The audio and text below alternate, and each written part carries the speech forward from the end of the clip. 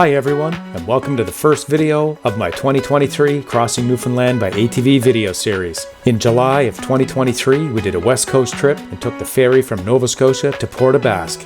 From there, we rode to Stephenville, Corner Brook, Lomond Lodge, Howley, Deer Lake, Cloudy Pond, Robinsons, and then back to Port Aux Basques. It was a fantastic trip, but it wasn't without its challenges. There were two major washouts to navigate, and on two different nights we were forced to make last-minute changes to our original itinerary due to heavy rain and a serious mechanical breakdown. But it didn't matter, because the scenery was as beautiful as ever, with beaches, lakes, mountains, and some of the most beautiful sunsets you'll ever see.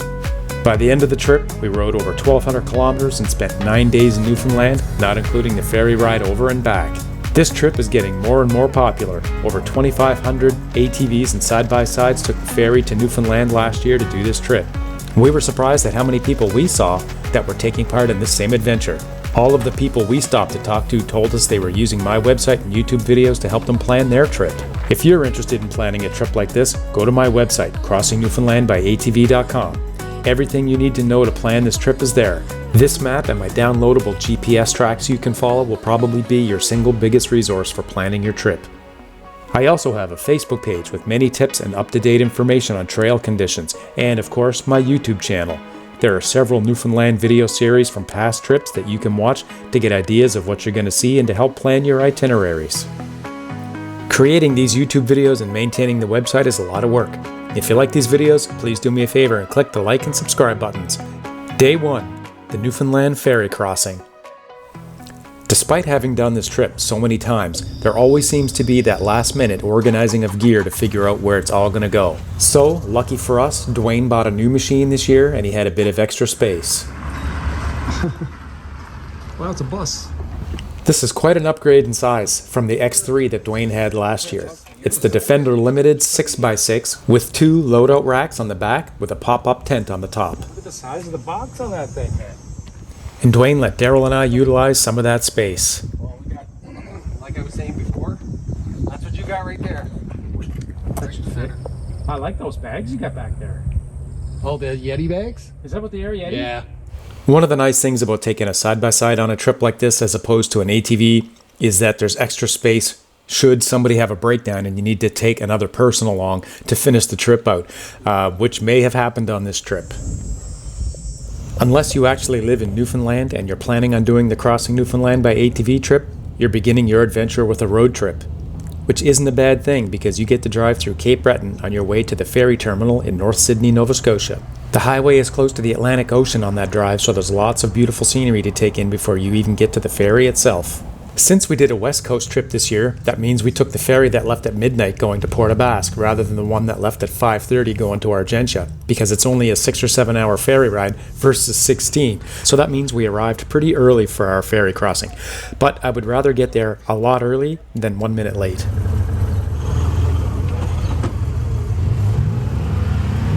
Once we offloaded the machines at A&L parking, we spent a few minutes getting acquainted again with everyone, and then I started passing out the new sweaters that we ordered this year. Everyone seemed pretty pleased with them, and I want to give special thanks to Jonathan Anderson at Fundy Textiles, who we ordered the sweaters from. Hold her up, buddy. These sweaters were a nice purchase. I use mine all the time. And you got yours on. Well, yes, sir. And so do you.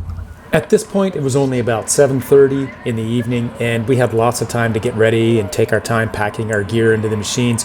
The ferry left at about 11:30, 11:45 that night, so you have to check in 2 hours early, which means you don't have to get there till after 9, so we were in no rush at all to drive across the street from the parking lot here to get over and check in at the ferry terminal. So we decided to take a few minutes and line our machines up so we could get a nice picture of them while they were all nice and clean and shiny still before we got on the trail in Newfoundland. Well, we decided it was time to get going. For those of you that are familiar with the channel, or those of you that have done this trip, you may or may not be aware of how to enter Marine Atlantic check-in area. There's basically two ways to do it. Number one is to drive to Marine Atlantic with your trucks and trailers, check in, then you leave there and you drive across the street to A&L parking, offload your machines, and then drive back in your machines to the back gate of Marine Atlantic. That way it minimizes any road riding that you have to do. The second way is to offload at A&L, then drive to Marine Atlantic and check in and get in line to the boat. which is the method we're using right now.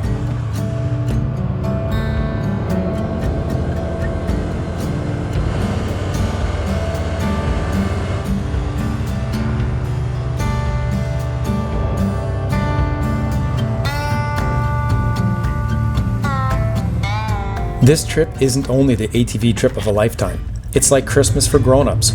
Once you check in at the terminal and you're waiting to get on that ferry, you feel like kids that have been waiting to see Santa all year. This year there was a guy that was waiting in a car, waiting to board, and he got out and came over to me, shook my hand and said that he did this ATV trip because he found my YouTube videos in my website.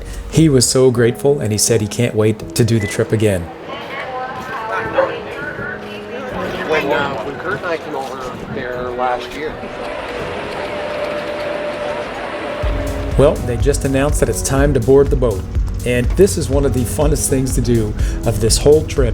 I know as much fun as it is to be driving the trails and seeing all the beautiful spots in Newfoundland, when you get to drive your ATV or your side-by-side onto the boat here, it's just a unique experience because usually you're doing it in a motor vehicle like a car or a truck or something like that.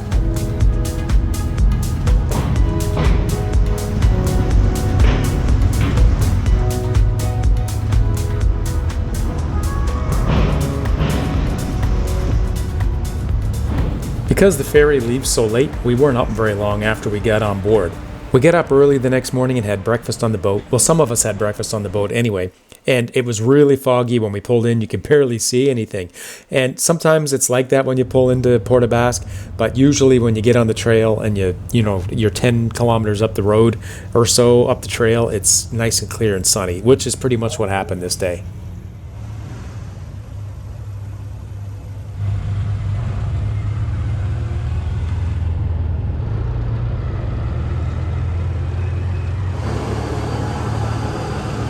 Once you're off the ferry, your adventure begins.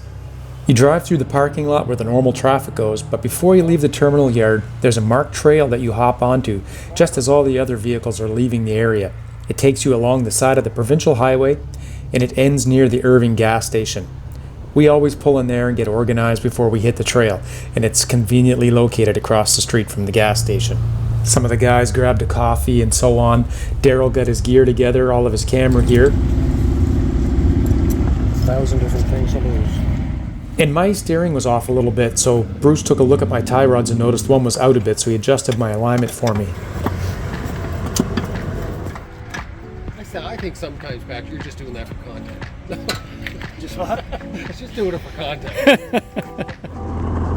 So after about 15 or 20 minutes or so, we decided to get rolling. And Port aux Basques, thank you very much, you're allowed to drive on a lot of the roads here now in the town of Port aux Basques with ATVs. It's not far to get to the train here, and this is the start of the trail. Or it's the end if you're going from the east to the west end of the province. But for us, it's going to be the start and the end because we're just doing a West Coast trip this year.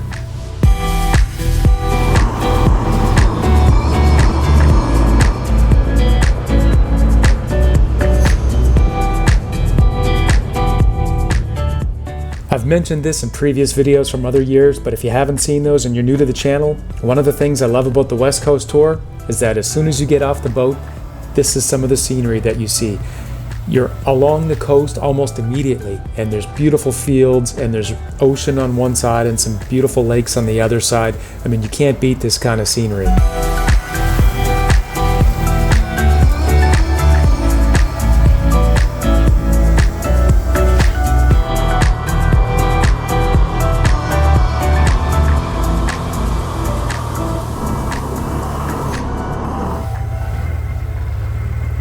This section here that we're going through is all washed out. Luckily we could make it through. It's all part of rail bed. There was a big storm the year prior in the fall, and this all got washed out. And the tide is low right now, so we could drive through this section right here. Not too hard at all. The water was only a few inches deep, so it is salt water, so keep that in mind.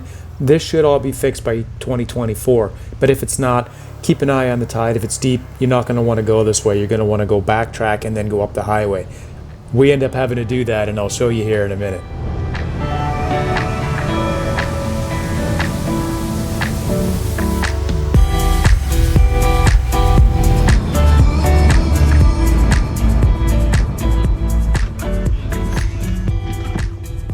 I knew about this trail closure before we got to Newfoundland, and I had already mapped out an alternate route that I had shared for others to use on my Crossing Newfoundland by ATV website and my Facebook page. We just wanted to come see it in person. You could see the tracks of where people were driving around the waterhole, but as it turns out, it was a sinkhole bubbling up from underneath. We drove around down in the beach area to see if we could find a spot to get back up on the rail bed without having to backtrack all the way to the highway. But this whole section, about 100 feet of it, washed out a day or two later. This exploring and us being stopped here and then having a backtrack probably added a half an hour or so to our day, maybe a little more, but we didn't care. The ferry gets in so early when you take the overnight ferry. It gets in at like 7 a.m., so there's tons of time for us to get to where we were going for the end of the day.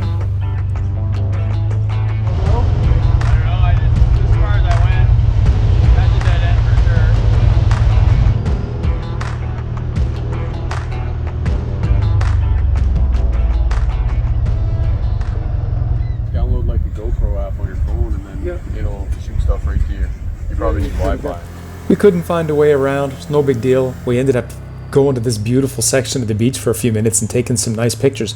Then we decided to go back and let everybody else know that there was no way through here. Now we have to backtrack all the way to the highway. It's about 3 kilometers back to the highway and then 3 kilometers back again. And then we had to go through JT Cheeseman Park.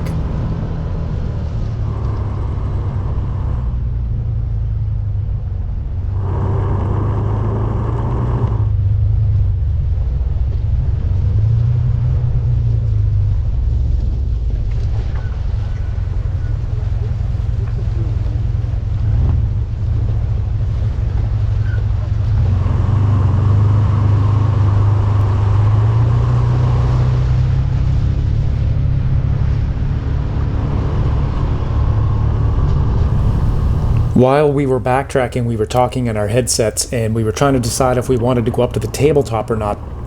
You can't really see it in the video at all yet, but where we were, it looked like it was clouded in still. But once we get back on the highway and we get through JT Cheeseman Park, we decided to give it a try. It was a little fogged in at the top, but we were hoping that it would be clear by the time we got there because the view is so beautiful, it's worth it if it's clear.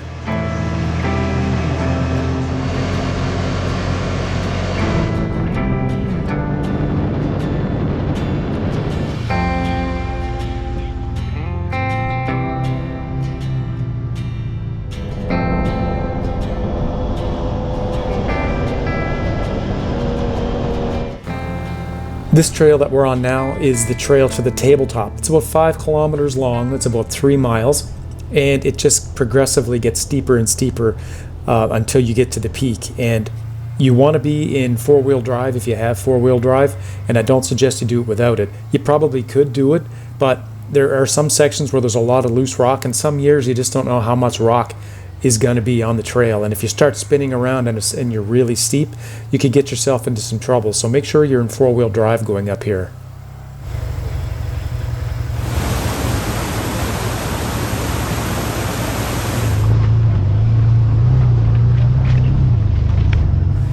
You can actually see in this video here how steep it's starting to get.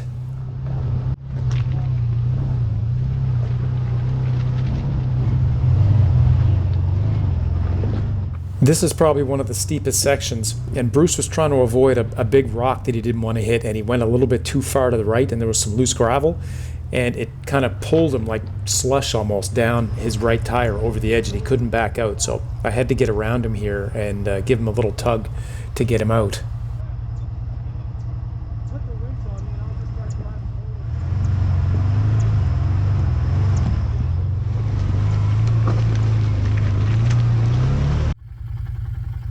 And almost near the top, we came across a small caribou who was pretty interested in us. It took him quite a while before he decided to leave.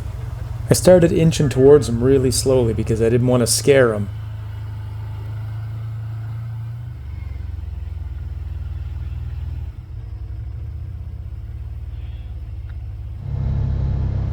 Once you get to the top, it's surprisingly flat up here and pretty easy going, and the views are spectacular. I will give a tip for beginners. If you're on the ground level at the trailway and you're looking to come up here and it looks like it's already clouded in the top of the mountain, don't even bother coming in because you can't even see the trail when you get up here.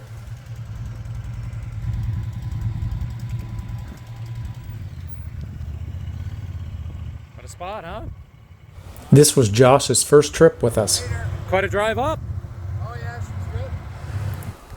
When we first got to the top, the view from here was clear. None of that mist was there. It rolled in very, very fast. Oh, now look, you sucked right in.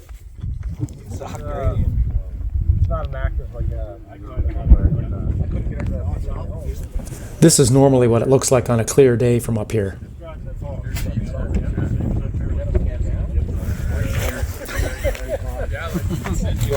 Yum yum. Those of you who follow my Crossing Newfoundland by ATV Facebook page might remember a live stream I did while I was up here and all this fog was moving in. Just as we were getting ready to leave, Wynn noticed that he was having a problem with his quick release steering wheel. He has an optional aftermarket wheel that you can just take off. Of course, it makes it harder to steal, but it wasn't locking back in place properly. But after a few minutes and a few tries, we got it working. There.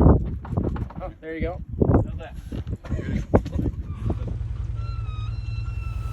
Well, we wasted enough time up there and we decided we better get back down to the bottom, get on the rail bed and start moving towards where we were going to go for lunch. You can see here how steep it is and how rocky it is. Luckily, it's much easier going down than it is going up.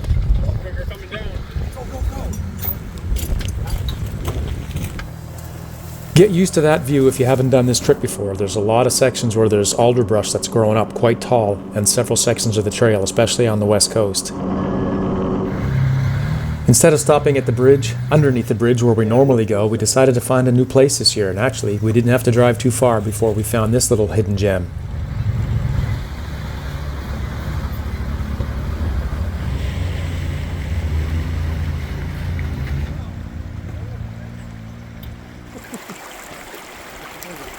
Automatic lighter finally bit the bucket, yeah.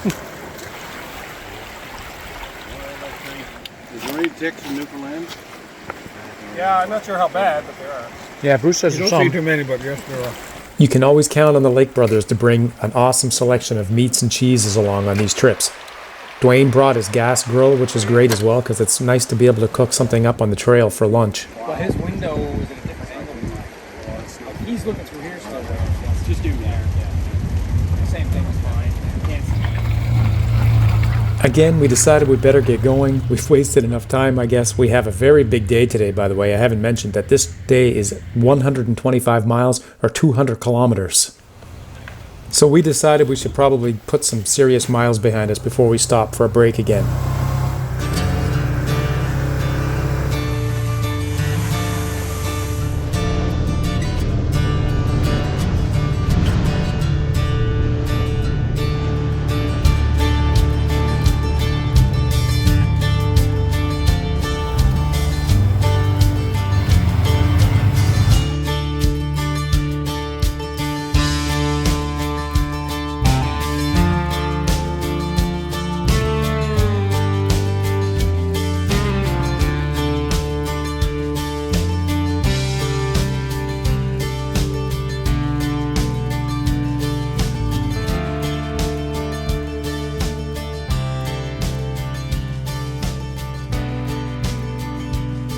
Right now we're crossing the Robinsons River, and up on that hill in the background are the cabins that belong to Pirates Haven. We love going there. We go there almost every single year, and you're going to see those in another video.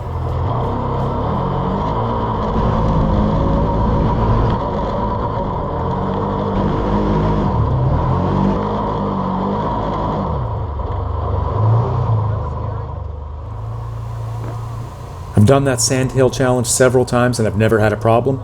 And I don't know if you would have noticed when I was just going up that hill, you could hear the engine was sputtering and it was cutting out a little bit, especially near the top. That was pretty scary. And I thought it was because maybe my machine was low on gas and the fuel pump wasn't picking up the fuel in the tank. Turns out that wasn't the problem, and that problem would come back again in a few days' time, unfortunately. This was a run I did a few years ago. It should have sounded like this.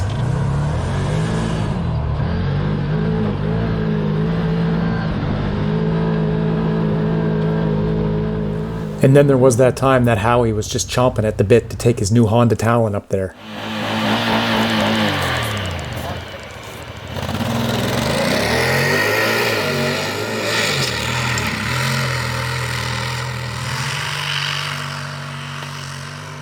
And Dale took his YXZ 1000 up there pretty fast when he first got it.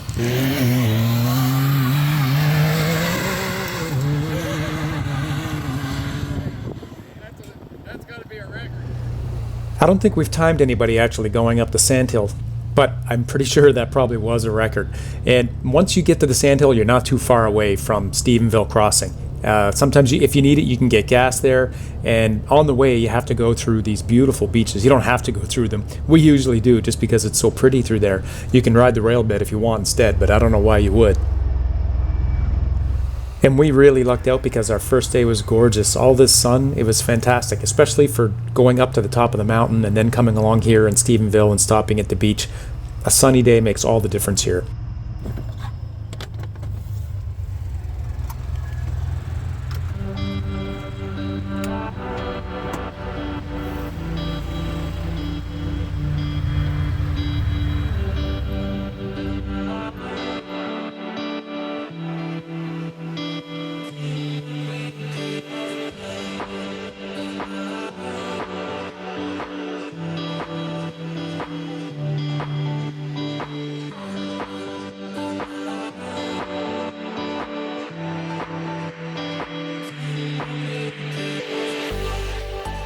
This is a really nice spot along this beach. You have to see it in person to truly appreciate it.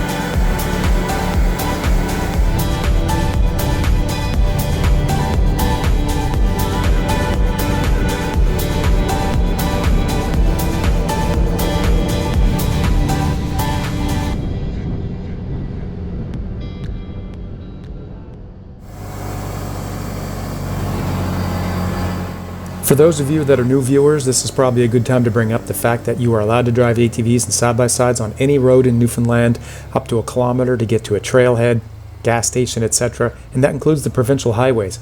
And there are many towns in Newfoundland that have many, many miles of roads that you can drive ATVs and side-by-sides on as well, which you will also see in this video. A short distance ahead is the gas station in Stephenville Crossing. It's an Irving station. We always pull in there to get gas, and we're going on to Stephenville for the night to get a hotel room there. And they have gas stations, of course, in Stephenville, but we were all running pretty low at this point in the day, so we decided to pull in and get gas anyway. To get into Stephenville, there's a branch line that went off the old trailway that's about 11 kilometers long that you take, and it's in great shape. And then you have to drive 4 kilometers on a paved road that you see here now that takes you right through town, and you can branch off to gas stations, restaurants, hotels. In our case, we're going to the Dreamcatcher Lodge. It's a good spot for a bunch of guys doing an ATV trip. Lots of room for parking. They have a gas station nearby. There's restaurants within walking distance as well. It only took us a minute to check in, and then we drove over to our section, which is at the other side of the lot. Then we took a few minutes to unload the machines and bring our gear inside. If you're planning on staying in Stephenville on this trip, you may want to check out the Dreamcatcher. The rooms are clean, they're big, and we were happy that the rooms had air conditioning because it was pretty warm that night. We had an awesome first day in Newfoundland. We started at 8 a.m. in Port Aux Basques, and we finished at 7:45 in Stephenville. So almost 12 hours on the trail with an average moving speed of 40 kilometers an hour or 24 miles an hour. Our total distance driven was 125 miles or 200 kilometers. Day 3, Stephenville to Serpentine Lake. Corner Brook. Here's another newbie tip. If you're going to Newfoundland, be prepared for dust, especially if you're going to be going there in July or August. It's thick. We originally planned on spending the next 2 nights camping at Serpentine Lake. So before we left Stephenville, we bought a ton of food to get us through, so that meant we needed a lot of ice for our coolers. Well, unbeknownst to us, the truck that delivers ice to pretty much all of the town of Stephenville got in an accident a few days before, and there was no ice anywheres. We stopped at a lot of businesses and finally found one that made their own ice, and they sold us all we needed. So thank you, Sweet Shop. You helped keep our food from spoiling. We backtracked toward the railbed and were optimistic about the forecasted rain. We were hoping the weather would head east and bypass us so we could enjoy camping at Serpentine Lake. I'll show you a few clips of it here for those of you not familiar with it, so you'll understand why we wanted to go there so badly. When the weather is nice, the lake is a beautiful spot. It's surrounded by mountains, and at night the stars are some of the brightest I've ever seen. You don't have to be camping to come down and see this lake. If you're just crossing the island and staying in hotels every night, doesn't matter. Take some time, come on down and see this place. When the weather's nice, you won't regret it. We were almost to the town of Galance, and I heard a pop, and I thought I had a flat, so I thought I'd better check. And sure enough, we got visited by the flat ferry. Me again, of course, the first time, the first flat of the trip. Whatever punctured the tire must have been pretty good size because it took 4 plugs to seal it. Not long after I fixed the tire, we came across a couple that were riding on a motorcycle, and they got a flat tire. You're crossing Newfoundland, right? What's that? You're crossing Newfoundland by ATV. Yeah. Yeah, I've been following you guys on YouTube. Oh, have you? Yeah, the flat ferry got me. Oh, we just had one too. Really? I just passed my tire. Holy shit. Yeah. That's awesome. Oh, Rose, nice to meet you. Yeah, Jennifer, she's been talking to me on Facebook. Oh, yeah? Jennifer Vincent, yeah. Oh, I'll go talk to her. Nice to meet you. Yeah, likewise. Hi, we did come to meet you. Hey, nice to meet you. But we kind of got in it a little bit of Oh, he got a flat, huh? I just had one. I just fixed it. Took like 4 plugs. Yeah, we're going to head up to Galance to see if the pub's open. That's where we're going. You're going there too? Yeah. Oh, well, we'll see you up there. See ya. Right after we met those people, my engine started acting up. It wasn't getting gas again.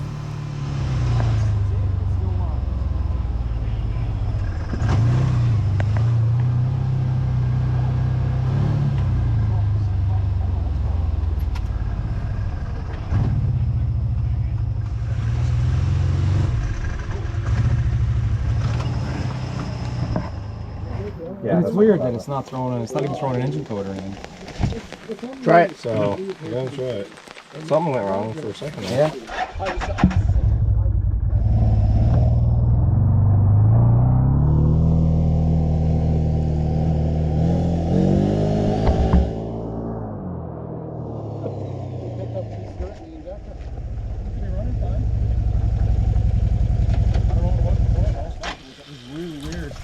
Everything seemed to be running okay, so I put the seat and panels back in, and then we drove up to about 300 meters up the road until we get to Camp 7, and then we stopped in there for about a half an hour or so before we get back on the trail. It was a nice break to get out of the rain for a little bit. And speaking of rain, when we had our sunny day yesterday, Nova Scotia was just flooded with rain. It was terrible what happened over there, and we were unaware when we were over in Newfoundland on our first day, and that rain kept moving northward, northwest, towards exactly where we were going, to Serpentine Lake. It turns out that Lisa and Brent on the motorcycle are big fans of ours. They were following us on Facebook, and they knew we were going to be coming by Galance on our way to Serpentine Lake today, so they were out on their motorbike, and they wanted to run into us, and they did. Unfortunately for them, they got a flat tire, though. Thank you. We have not missed one of your guys' videos. And we follow all of it, even the Quebec one. Nice to meet you. Yeah, likewise. It had stopped raining, and there was even a few parts in the sky where it looked like the sun might be trying to break through periodically, but it started raining, and it was some of the biggest raindrops I think I've ever seen. It was ridiculous. And then we made it to Serpentine Lake, and man, let me tell you, the water was the highest I'd ever seen it there. When we camped in 2020, it was the lowest I'd ever seen it, and where I'm driving right now, this is normally where you can drive, and it's just gravel and sand and stuff here, and it's it's quite a change. So I figured I would drive up the road here, or the water, for, I don't know, a couple hundred feet, just to see if there was an opening in a clearing on the other side that might be higher, but there wasn't. Coming back. We were prepared for a little rain, so we brought large tarps over 30 feet long so that we could have set them up in the trees and covered a nice area to put some tents under, but we were not going to camp in this. But I think Wynn and Dale were petrified I was going to come back and say that I found a great spot for us. So that's what I did. Found a great place to camp up there. We're going to drive about 200 meters through the water, but then there's a big flat open area. We'll put up a bunch of tarps. We're all good. Yeah, he didn't believe a word of that. And just as we were leaving, we found a guy that had a camp set up near the water, and he was coming in on his boat. So we got out and we helped him pull his boat in, and then he let us stay behind for a few minutes. We set up our awning that was on Dwayne's machine to get us out of the rain for a bit. That's awesome. It's hard to get at. We'll do it, but anyone else have anything closer? Even in the rain, this is a nice place. So we decided to go to Corner Brook. Corner Brook's only about an hour and a half away on the trail. There's no cell signal in Serpentine Lake, so we had to drive for a while before we could get cell signal. So I started calling hotels, and it was surprisingly difficult to get one. There was some sort of event going on in Corner Brook, so a lot of hotels were already booked solid. We ended up finding a hotel with enough rooms to accommodate all of us at the Quality Inn. It was a bonus that they have a nice restaurant called the Brockway with a nice view overlooking Corner Brook there as well. It took a while, but we got our gear dried out and all of our electronics charged up. And you know what? We had a great day despite the rain. Here's a quick recap of what we did this day. We left Stephenville at 10:45 a.m. and arrived in Corner Brook at around 10 to 7, so a little over 8 hours total. Our average moving speed was 45 kilometers an hour or 27 miles per hour, and our total distance driven was only 133 kilometers or about 87 miles. Thanks for watching part 1 of our Crossing Newfoundland by ATV 2023 tour. Here's a preview of what you'll see in part 2.